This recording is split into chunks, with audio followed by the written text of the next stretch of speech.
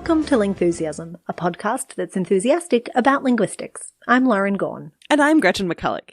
And today, we're getting enthusiastic about what the nose knows. How the nose is used in language. But first, next month is our 9th anniversary. We love making this show, and we love our anniversary as a moment to say thank you for sharing our enthusiasm for linguistics. To help celebrate, this year we're asking you to take a moment to rate the show in your podcasting app of choice and to leave a review if you like. Sometimes I wonder what rating actually does for a podcast. Look, I'm sure there are some murky algorithmic ways that it's used, but it's also a really useful way to help other people find the show and let them know it's worth their time. Yeah, podcasts don't have public listener stats, so when I'm looking at a new show that I'm thinking about listening to or that I might do an interview on, I'll have a look at the general number of ratings and reviews to sort of get a vibe for the show, and that's where this can help us out. I use a small podcast player, and even there, it's a big difference in whether a show has 0 reviews or a few. So feel free to rate or review on any platform, big or small. We'll be sharing some of our favorite reviews on social media and in the credits to episodes for the next year, so stay tuned and you might see your review there. Speaking of things we've enjoyed seeing your photos of the Jazzed Up Lingthusiasm logo sticker in your lives. If you missed out on one of the stickers, or if you want to see the design on other objects, we've now also made it available on other merch, including t-shirts, mugs, tote bags, and more. We've also made a new merch item, which are greeting cards that say, Merry, Merry, Merry Holidays. Do you mean Merry, Merry, Merry Holidays? That's why the subtitle says, whether you say them the same or differently, hope you have a joyful, festive season. Also, Gretchen, shouldn't it be Merry Christmas, not Merry Holidays? No, because this is bonus extra linguistics. Hearing or reading Merry Holidays produces a surprise effect on the brain, known officially as an N400. Mm-hmm. Other examples from linguistic experiments include, I take coffee with cream and dog. Okay, I'm glad you did not put that on a gift card. I just don't think it would sell as well. So with this card, you are doing language variation, sounds change, Fun. And psycholinguistics. And with 9 years of the show, we also have a great back catalogue of linguistics merch, from classy gifts for your favourite prof or linguistics graduate, to deep cut references to some of our favourite episodes, to designs that look great even if your friends don't get the linguistics reference. You can get scarves and t-shirts and notebooks and mugs and all sorts of linguistics merch at lingthusiasm.com/merch. Our most recent bonus episode was about synonyms, homonyms, and many, many other less familiar types of nyms. You can get access to this and 9 years worth of bonus episodes by going to patreon.com/lingthusiasm.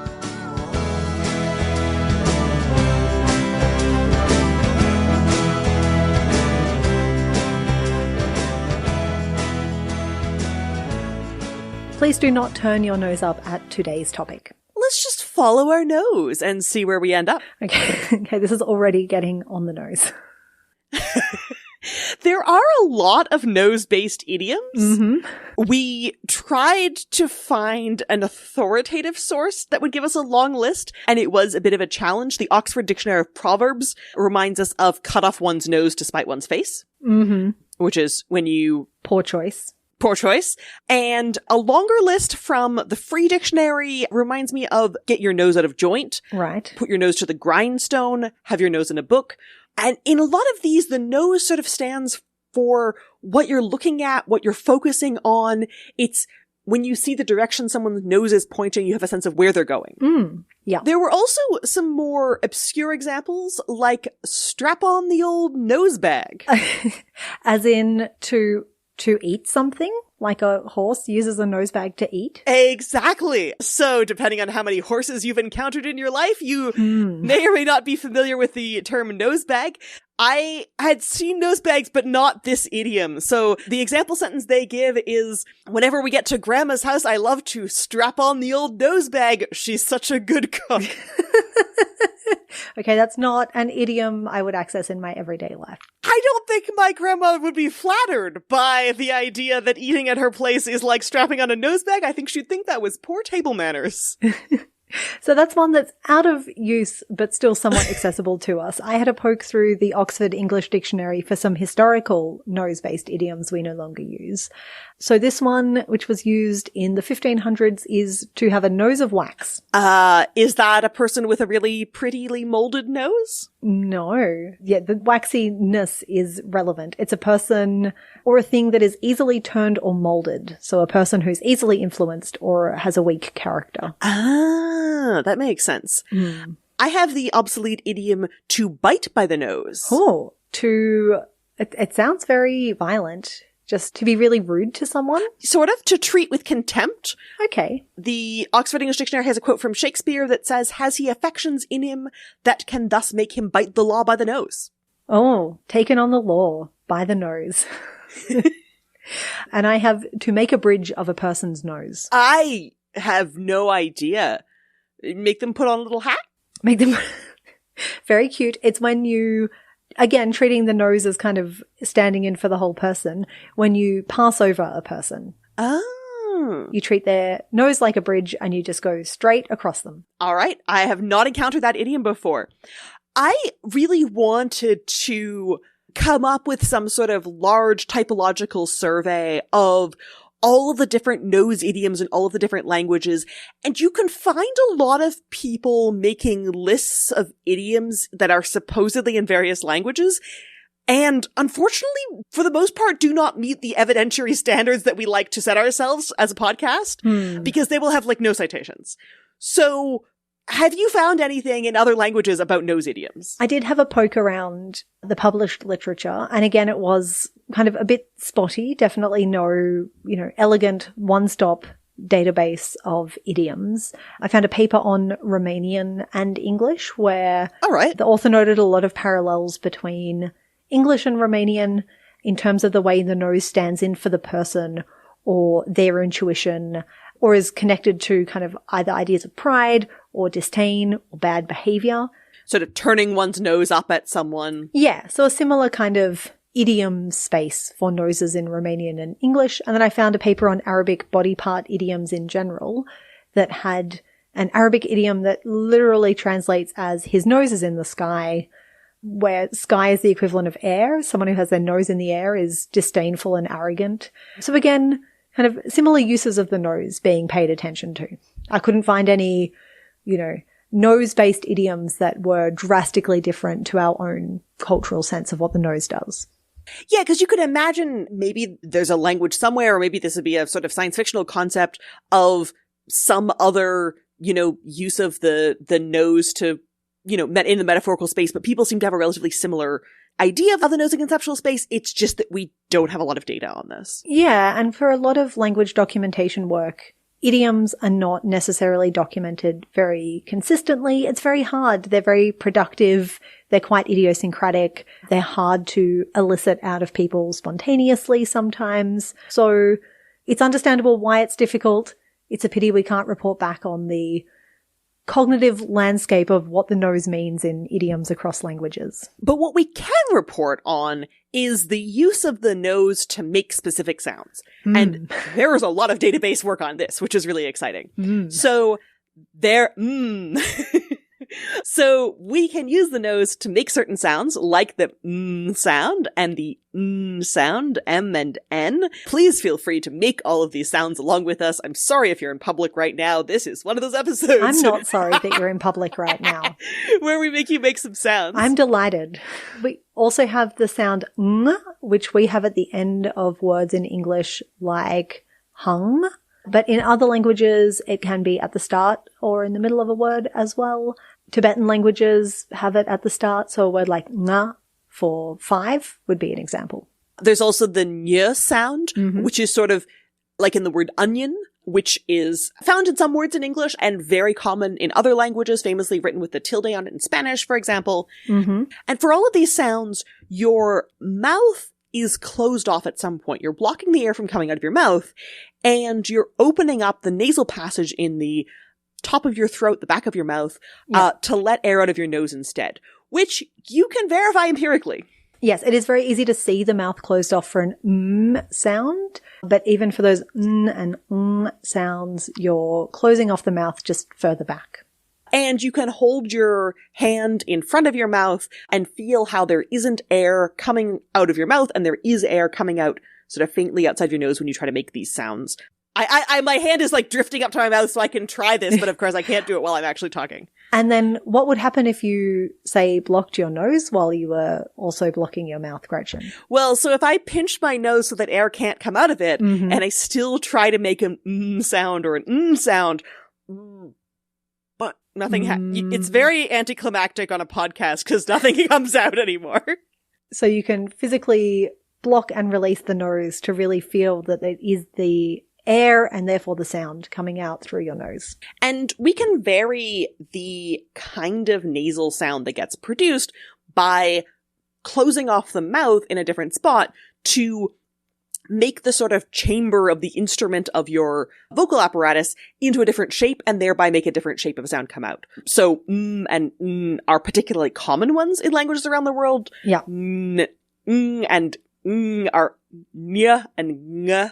Also quite common, but, there's a bunch of them. And having at least one of these nasal consonants is very common in languages. In fact, Gretchen, we have a typological survey we can refer to. I love a typological survey. Because the World Atlas of Linguistic Structures has a bunch of maps about phonetics, including a map that is a bit of a fun one because it's the absence of common consonants. Nasals are so common that it's actually weird when a language doesn't have them. And on this map, there are 12 languages out of over 500.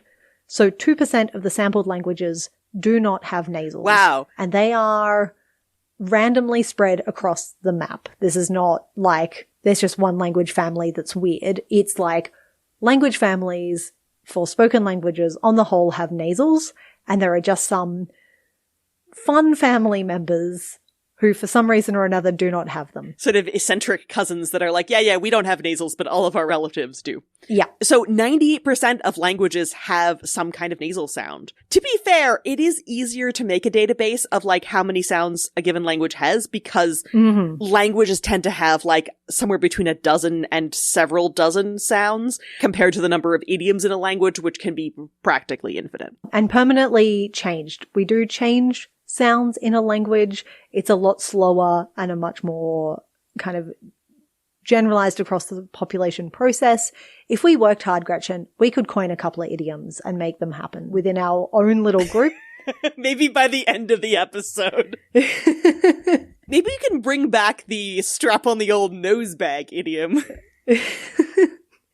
And so it is, as you say, much easier to do databases of the kinds of sounds you have in a language than the kinds of idioms you have. So the vast majority of languages have at least one nasal. English has like 3. How far up in the nasal list do we go? We can go all the way up to, I think the most extreme inventory I've seen documented is 13 distinct nasals in Yeledine, which is an unclassified language of Papua New Guinea spoken on Russell Island. And thanks to the fact it has some really fun things like co-articulated nasals and some extra modifications for each of the places of articulation, it gets up to 13 distinct nasals. So I have a list here of its 13 distinct nasal sounds. I'm going to try to produce them. I'm not a Yeledine speaker, but I know the International Phonetic Alphabet and I can give it a try. I'm going to produce them with a little vowel after them so they're a little easier to hear. We have m, mu, mie, munye, n, nua. So that's a n and a m produced at the same time. I'm not terribly good at co-articulation. Then we have a further back n, m. Again, that different type of n-ish sound with an m. Mm-hmm. Nia, ng, ngwa, nya, and m. Again, co-articulated with the m. I don't imagine I did it as well as a Yeledine speaker would, but that was neat. That's a lot of nasals. Excellent performance. And that is a lot of nasals, especially compared to a language like English. So far, we have only been talking about nasal consonants. So we fully closed off our mouth. We're letting all the air come through the nose. But we also have nasal vowels. So in a regular vowel, what we also call an oral vowel, the air just comes out of your mouth, as you can verify by, In a nasal vowel, the air is coming out of both your mouth and your nose. This sort of fills in the sort of tableau of like air just comes out your nose, that's a nasal. Air just comes out your mouth, that's a oral sound. Could be a vowel, could be not vowel. Air comes out of your nose and your mouth, that's a nasal. Air comes out of neither. Silence. Also a useful part of language. Silence, but we're not going to cover it here. Not very linguistically interesting. Great. Yes. We did a whole episode about it. We can link to that one. So nasal vowel. I learned how to do nasal vowels before I learned about them in linguistics because they're found in French. So in French, you have an oral vowel like o, and you have a nasal vowel like on. So in a word like beau, which is beautiful, versus bon, which is good, the difference between these two vowel sounds is whether you also have some air coming out of your nose. You sound a little bit like the Wikipedia page for nasal vowels, which has a warning that the examples and perspectives in this section deal primarily with French and do not represent a worldwide view of the subject. Oh no, I'm not representing a worldwide view of the subject. I feel like this is more of a problem for Wikipedia than it is for me personally. Also because we have access to the World Atlas of Linguistic Structures, and WALS has a map on vowel nasalization where there are around a quarter of the languages sampled that have some kind of nasal vowel contrast in their inventory. So one of the things I've noticed about the French nasal vowel inventory is that there's quite a lot of oral vowels and fewer of them that can be made nasal. But as this might not represent a global view of the subject, do you know if that's something that's true in other languages as well? It is true for a lot, like the slight majority. I think it's like 60% of the inventories in this survey had fewer nasal distinctions than they had for oral vowels. That's kind of neat.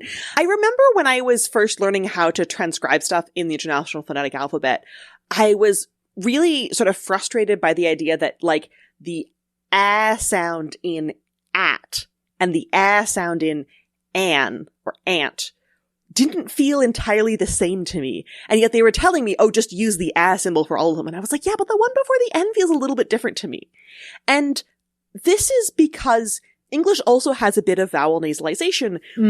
But what we do is we just make a vowel a little bit more nasal when it's next to a consonant that's also nasal. We're being efficient. We're getting ready for that nasal consonant by just starting that process of opening up to the nasal cavity. Exactly. And this is a process by which a nasal vowel can evolve in other languages. So in French, there didn't used to be a nasal oral vowel contrast. It just used to be that some vowels were before an N, and then you would start producing those with a nasal vowel, and then eventually the nasal itself gets dropped, and you just have the nasal vowel, and suddenly there's contrast. And in English, we don't have any words where there's a distinction between a and an. That's not a distinction that we have.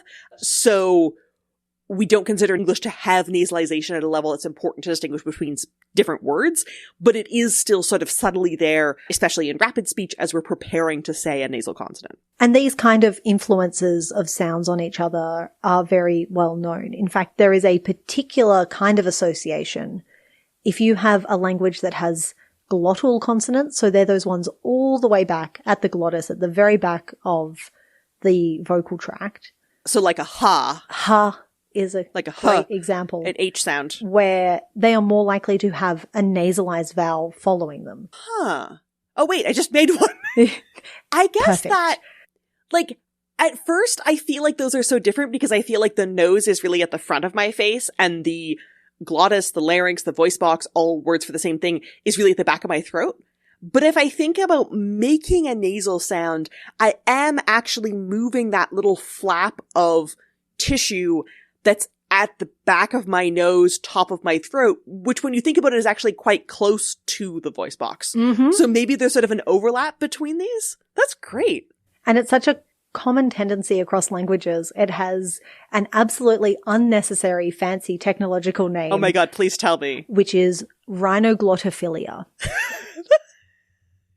So the nose and the voice box, they're friends. They love each other. They love each other. Are we sure there's not fanfic about like the nose and the voice box having little shenanigans? I can only hope. But it is, as you said, a great reminder. So that bit that's moving up and down to open up the nasal cavity, that's at the very back of the soft part of your palate. So if you wash your hands, you can put a finger in your mouth and feel how the top of the roof of your mouth is quite hard. And then as you move back, if you're not prone to weak gag reflex, you can feel where it starts getting soft. And then way back past where you want to safely stick your finger or where you can possibly stick your tongue is this little flap that opens up the nasal cavity or closes it off. Yeah, I have not empirically tried to access my own little flap. I have just made the sounds and been like, I guess it must be moving because, I've made and and sort of felt like it must be moving. But you don't have a lot of nerve endings there. You can't really tell what's going on. So when we were researching this episode, I reached out to a linguist who I know named Kevin McGowan, who's a linguist at the University of Kentucky, who has a lot of thoughts about noses. That's the kind of expert comment we love to get. And I was like, I just wanted to verify, you have a little flap in your throat, like that this thing that I learned in intralinguistics is still correct. And he's like, well, it turns out that it's more complicated than that. Oh, it's more complicated. That is absolutely the story. It's just like flaps open and closed. Or goes halfway for like a nasal vowel. Indeed. So remember how there's different kinds of R's? We did a whole episode about R's, and turns out there are different kinds of R's. They sound the same, but you can produce them differently in your mouth. Mm-hmm. It turns out the nasals are the same. Yeah. There are different ways you can create this sort of closure depending on just sort of what you experimented with as a baby. And what you were trying to do was like duplicate the sounds that you were hearing of people around you. And you didn't have access to the back of your throat. You couldn't see what other people were doing. True. You couldn't see what yourself was doing. You were just experimenting and trying to make sounds that sounded like what other people around you were making. So if we're not just flapping open and closed, what else are people doing back there, Gretchen? Most people do the sort of trapdoor thing that we learned about in interlinguistics. But there's also a thing where you can kind of do the trapdoor thing and also pull the sides in at the same time. Okay. So it kind of folds up like an envelope. Great. And then there's the wildest one is the circular method, where you just sort of close it from all sides and it looks like a sort of string purse from above. Okay, wow. They are very different methods of achieving the same ends. Yeah, or I guess if you were sort of rounding your mouth but closing it at the same time, you'd be sort of closing it from all sides. So, do I know which one I do? Absolutely not. None of us knows which kind of nasal closure we make. We're all walking around like little nasal mysteries. Except possibly for Kevin, because he tried to find out, like, what this area looked like on him. Right. And I have to report that there is a public service announcement where Kevin says that Susan Lin, his colleague, and he once spent 2 days giving me the worst headaches of my entire life trying to use an ultrasound to like poke at the back of my neck to create a image of this. Oh, those probes are not soft, and you really are going in hard at the kind of base of the skull there to try and get to the nasal cavity, which goes like really far back into the head, more than you want to think about. It's actually quite close to the ear, like it's really far back. Yeah. So Kevin says, to this day, I feel a little guilty for not figuring out how to publish. Please don't try this, you'll get a massive headache. So we've promised Kevin that we will give the PSA of, if you want to try to look at what the back of your throat is doing, don't do it by trying to stick an ultrasound wand into the back of your head and give yourself a massive headache. We don't advise it. But there's a good point that we can use methods for studying what's happening with nasals other than just listening or using acoustic sound waves. Well, and one method people have used to study nasals, which is like a little bit gross, but is not going to give you a headache for 2 days, is to use earbuds. As in the like cheap, small headphones that I have on a cable for when my wireless earbuds die. Those kind of. Well, I think either the wired or the wireless kinds, but like the tiny ones you put in your ear, you can also put them in your nose. Okay. Get a different pair. Get a second pair. They're not expensive. You can also put them in your nose. Carefully. Don't stick them all the way up. And then you can play things either with the earbud into your nasal cavity and then have a recorder in your mouth at the mouth to see how much the sound has changed by its like going through the nose bit and going through the mouth bit. Right. So my own voice goes through my nose from my voice box out. You send out sounds but through the in hole. Yeah. back, and then you listen to what's coming out of the mouth to get a sense of Yeah. what's happening in those cavities. Okay. Or the inverse. You send sounds out through the mouth and then you use the earbud to record what they sound like when they come through the nose. Oh, yeah, because headphones and microphones are just the same technology, but backwards. Yeah, exactly. Huh. So if you play like an like a pure tone, and you make it go through your mouth or your nose or one to the other, and you know what the sound was originally because you have the original recording of it, you can see how much it changes by sort of artificially playing it out of your nose or your mouth or the opposite direction. Whereas if you just put it from your voice box where it normally comes from, it's harder to record it at the source of your voice box before it reaches the rest of your nose and mouth. So that's why you might do a study like that. I feel like when we learnt about this kind of articulatory phonetics, we spent so much time thinking about the oral cavity because there's so many things you can manipulate in there. But like, there's a lot going on in that nasal cavity as well. Like, it's not small. It's about the size of the oral cavity, give or take. And there's a lot of variation between people. Yeah. And like, I feel like it was when I started doing like nasal swab tests for like COVID and flu and stuff that I really realized that the inside of my nose was bigger than I thought it was, even though I'd seen the diagrams in linguistics class. Oh yeah, and I still had, while drawing my little undergraduate like heads and where the nasal cavity was and the oral cavity, I think I still had this very naive sense that because your nose has that little angled sticky outy bit on your face, that like my nostrils went up in that direction, but your nostrils basically go straight back in all the way to like your ear, as you said.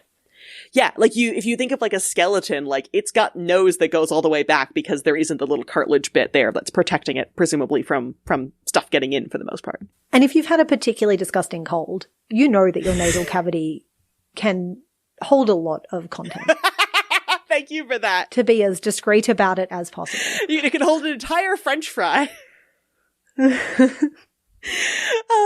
did you know that you really have two noses? No. I've got two nostrils. Are you telling me those nostrils are completely separate, not just at the start, but like all the way through? They are separate, like down quite a bit. Huh. And one of your nostrils is more open at any given times, and they take turns in the nasal cycle every few hours, depending on the person. Oh, they share. That's very cute. Yeah. That's nice. So this has an influence on how you breathe, but it doesn't have a huge influence on speech sounds because both of them work fine as like acoustic resonators. So we didn't learn about it in linguistics class. But I just think it's neat. Also, a shameless etymological digression. But nostril literally means nose hole. Great. And that thrill is the same as thrilling, as in something was so intense that it like moved you so deeply. It like pierced your soul? It pierced your emotional soul, and it was absolutely thrilling. Same thrill hole as nostril. I'm going to start calling them nose thrills now. It's my thrilling etymology for you. Now, humans have the same size oral and nasal cavity. Elephants are an animal that has a much larger nasal cavity. Do you mean the trunk? Yes. Okay. I guess that makes sense because when we make nasal sounds, like if you hum, you can hum at about the same pitch as you can sing. Yeah. Because your nasal cavity and your oral cavity are pretty similar size.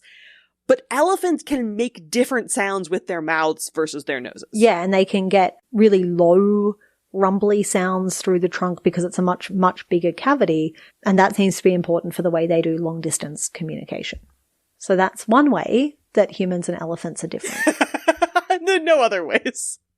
Humans all over have noses. Yes, you are correct. Presumably also have words for noses. They're pretty salient features. It does turn up on like the Swadesh list, which we have problematized before, but it is this kind of seen as a basic set of vocabulary you are likely to be able to encounter across the world's languages. And, you know, they're sort of culturally important as well. Use them for smelling. They look significant. Something that I was intrigued to learn from a study that came out a little while ago was that statistically speaking, more languages have words for nose that reference the nose, that have a nasal sound in it, like n as in nose, than you might expect by chance. Yeah. It's not all of them, but kind of a lot. So this is a 2016 paper from Blassie et al. And what is important about this paper is they were like, look, people have been saying this for ages, but what this paper did for this and a whole bunch of other words was look at a balanced and weighted set of vocabulary lists. So it's not just that you were like, oh, heaps of languages I know have a n or a m in the word for nose. And you're like, yes, because you only know Indo-European languages. You're biased. Which literally have a common etymology in... Yeah. Okay. So this took that into account. It weighted everything properly. When you take away like coincidence for language family and other coincidences, it's still a greater than chance likelihood that people are like, oh, I've got this thing on my face and it's involved in these sounds and there is some kind of link that's happening there. I do find that very pleasing. And I'm very pleased both by the statistical weighting, that they did a responsible study and they did not, oversample French, like the Wikipedia article.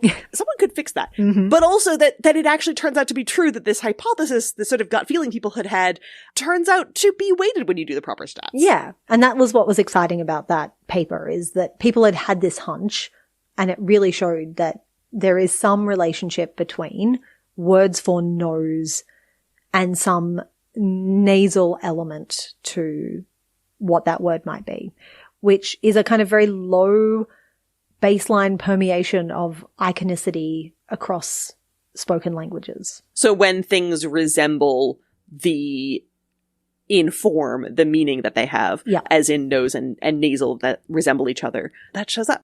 And perhaps equally unsurprising if you look at the word for nose across sign languages. I haven't seen this done systematically, but in our little survey of online sign databases, all of them also make use of the fact that the nose is right there, available as a place of articulation, and they mostly just point towards the nose to indicate nose in sign language. There were a few differences, like the video we found of langue des signes français, French sign languages, had them tapping the nose twice, whereas all the other languages that we noticed had the person tapping the nose once.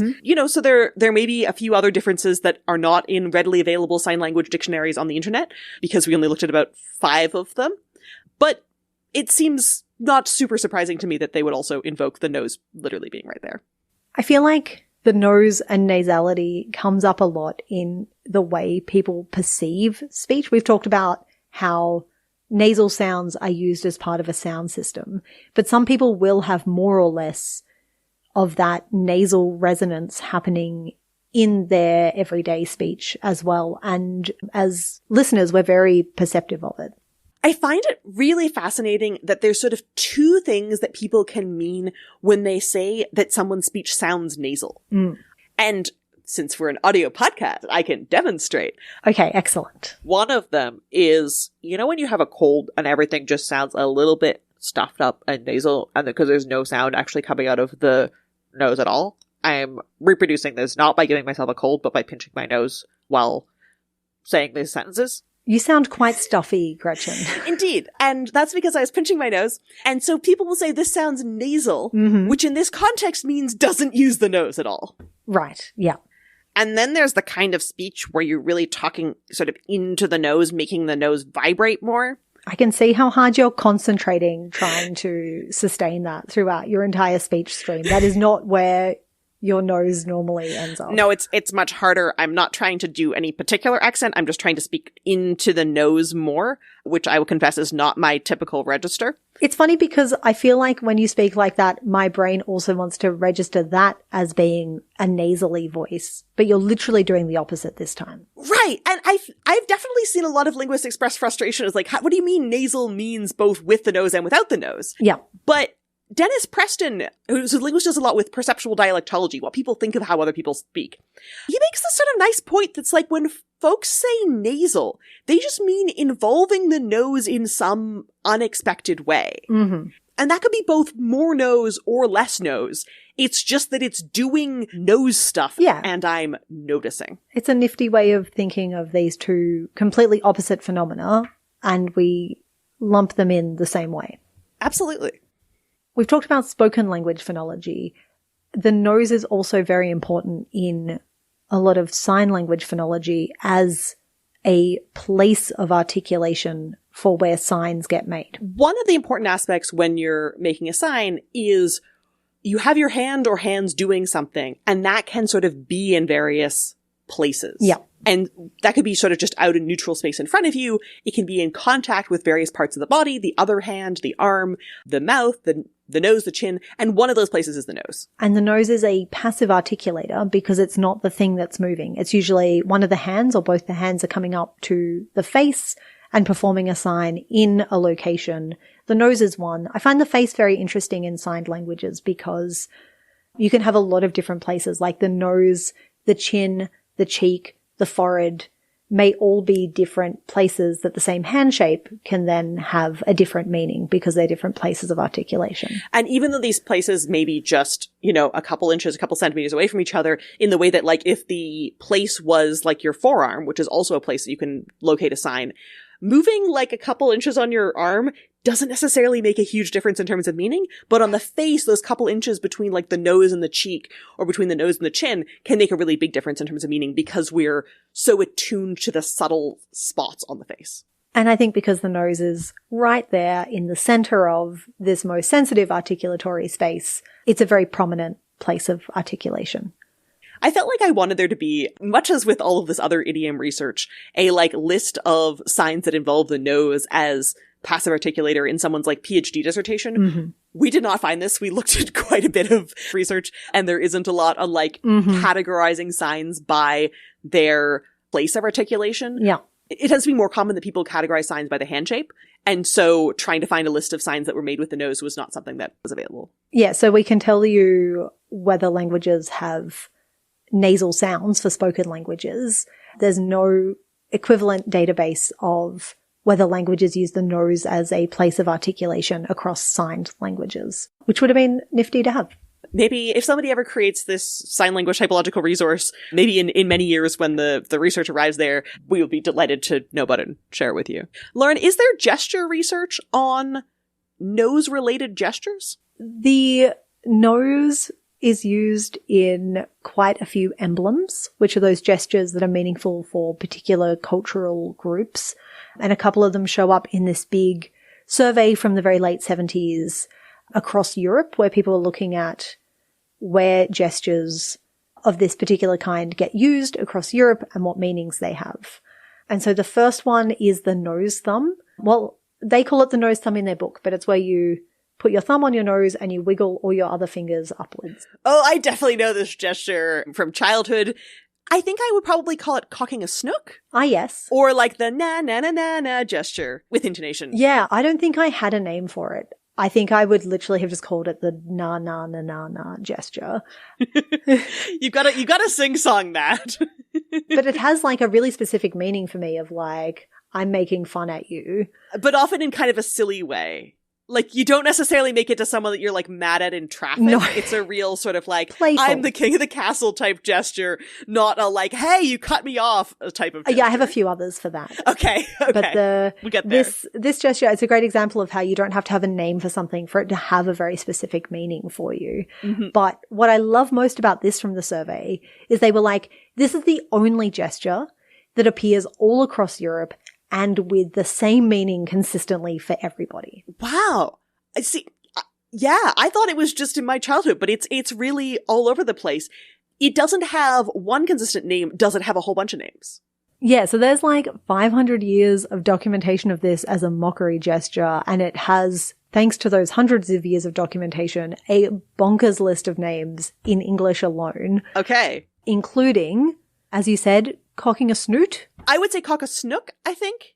Rhymes with book. Okay. Snook and snoot kind of appear to be the same. Oh. They both mean like a nose, like a dog's nose, and like cock an eyebrow or cock a gun, which means to like raise. Okay. So it's like raise your nose? Raising a snout. Okay. Yeah, raise a nose, raise a snout. Okay. Other names include Queen Anne's fan. Queen Anne's fan. Oh, someone's being saucy with her fan. A Shanghai gesture, which apparently Shanghai is an Australian word for a slingshot. So it's like you're like got a little slingshot at your face. Oh. Coffee milling, because it's the same action as grinding coffee. Grinding coffee with your nose. Coffee milling. Okay. The 5-fingered salute, pretty self-evident there. Okay, I could picture it as a 5-finger salute. Yes, and pulling bacon, because... Pulling bacon? To be bacon-faced was to be pulling a face like a silly face. Ah! I love it. And I love that the authors were just they just kind of threw their hands up when it came to the etymology or the, like, meaning behind this gesture. They're like, maybe it's a deformed salute. Maybe you're mocking thumb-sucking. Maybe it's making a grotesque nose. Maybe you're suggesting the person stinks. Maybe you're threatening to flick snot at someone. Oh. They're like, we don't know. The nose is just, it's doing something. It's doing something. This gesture has been around for 500 plus years. It's all over Europe. We don't know where it came from. Yeah. And we don't know why it means that. To give you a sense of just how wildly consistent that is, the other nosed-based gesture that they have in their survey is to tap the side of your nose with your index finger. So I think I would have that as, like, meaning keeping something a secret. Like, let's just keep that between ourselves. Mm-hmm. Yep, that's a common meaning for that in the UK and parts of Italy. Okay. Does it mean other things in other places? Yes, and it's a pretty wild mix. So it can mean be alert or I am alert, but that's only in Italy. Oh. It can mean I know what's up, but that was only recorded in Belgium and Scotland. You can indicate someone is clever. Again, that was only in southern Italy and Scotland. Maybe I have the clever meaning too. That's sort of like a secret, like someone that's clever can maybe keep a secret or knows secrets. I mean, yeah, there's definitely overlapping threads here. You can accuse someone of being nosy in the UK by doing this gesture. Yeah. Or you can threaten someone who is being nosy if you're in southern Italy, Malta, and some bits of the UK. So there seems to be this sort of like UK-Italy split here. But they did their survey across many places in Europe. It was just those two places that particularly had this tapping the side of the nose gesture.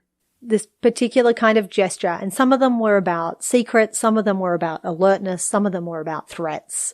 A much more mixed bag compared to the cocking a snook gesture that was really, really prevalent. And really consistent. Yeah.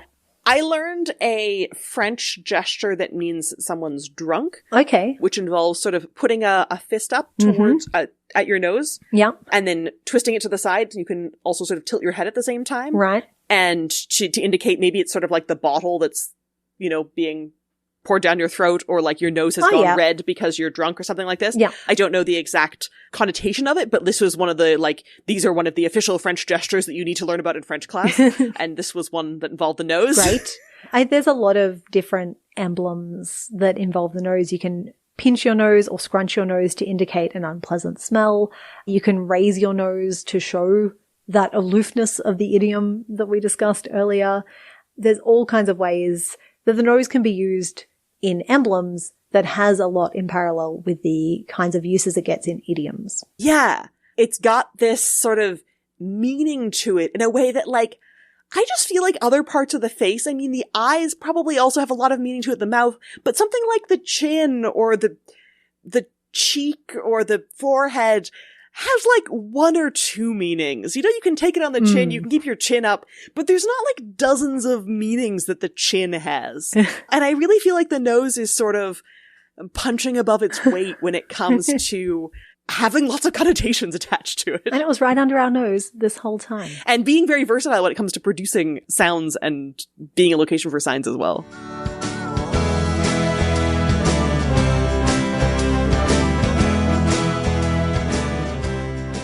For more Lingthusiasm and links to all the things mentioned in this episode, go to lingthusiasm.com.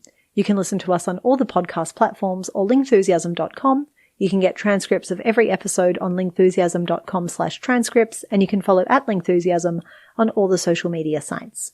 You can get scarves with lots of linguistics patterns on them, including IPA, branching tree diagrams, Booba and Kiki, and our favourite esoteric Unicode symbols, plus other Lingthusiasm merch like the jazzy version of our logo on mugs and notebooks at lingthusiasm.com/merch.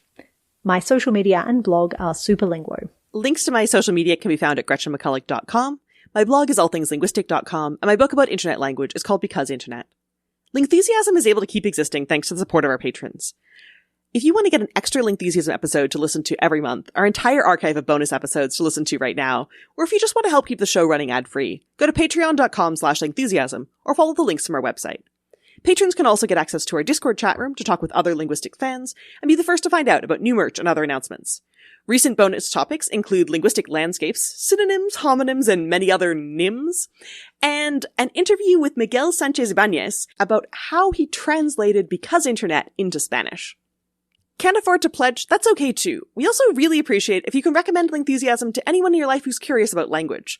Or leave us a nice rating or review, like this one from Sarberg915, who said, "A joy to listen to. I've been listening to Lingthusiasm for quite a while now. One thing that keeps me coming back is the host's genuine love for the subjects of linguistics, language, and communication. You can hear the joy shine through in their voices as they speak. You feel the visceral delight of a particularly delicious example.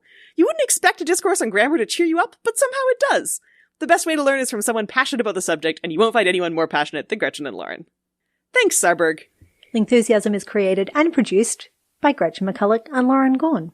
Our senior producer is Claire Gawne, our editorial producer is Sarah Dopierella, our production assistant is Martha Tsutsui Billins, our editorial assistant is John Crook, and our technical editor is Leah Vellman.